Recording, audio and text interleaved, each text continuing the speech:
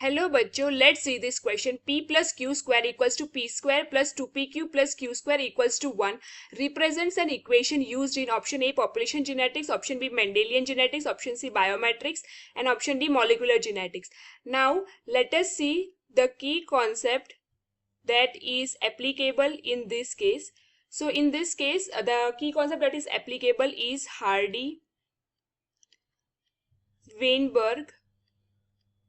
Hardy-Weinberg principle. So now let us understand what is Hardy-Weinberg principle. तो ये जो equation हमें दिया गया है that is p plus q square equals to p square plus 2pq plus q square equals to 1.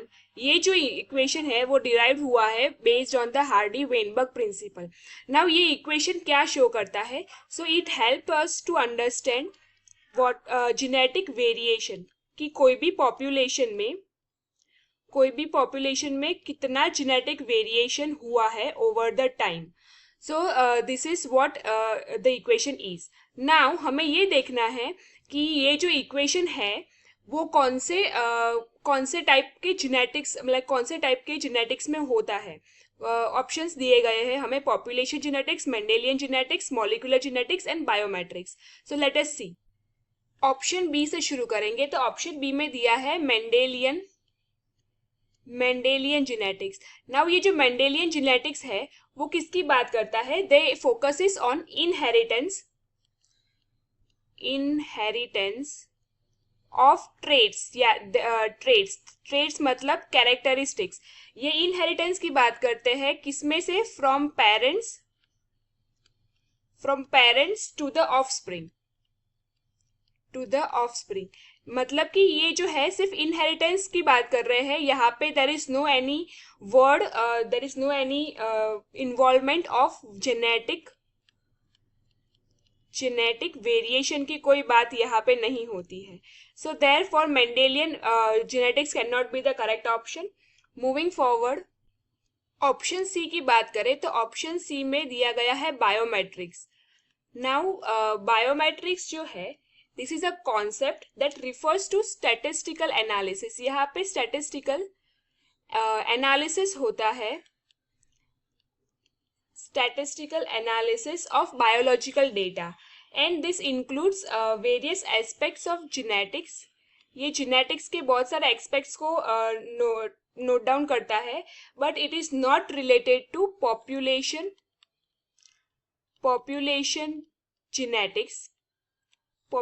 genetics जो कि एक हार्डी वेनबर्ग प्रिंसिपल का कोर कॉन्सेप्ट है, उससे ये डील नहीं करता.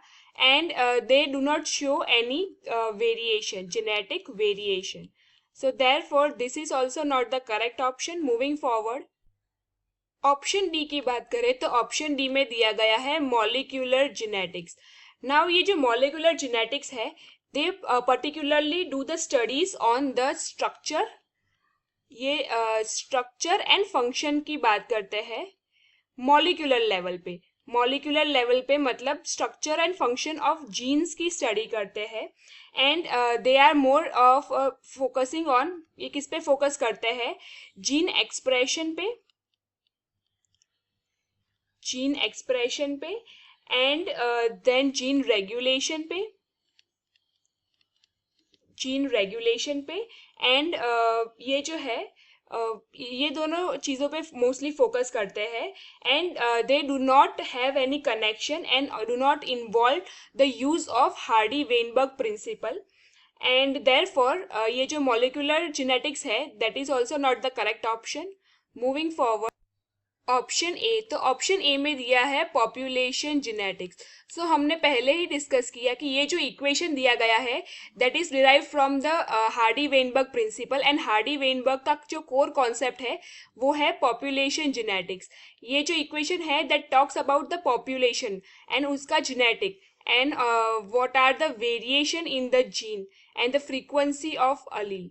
So therefore, based on the discussion, the correct option to this question is population genetics. Therefore, option A is the correct option. Hope you understood it well. Best of luck.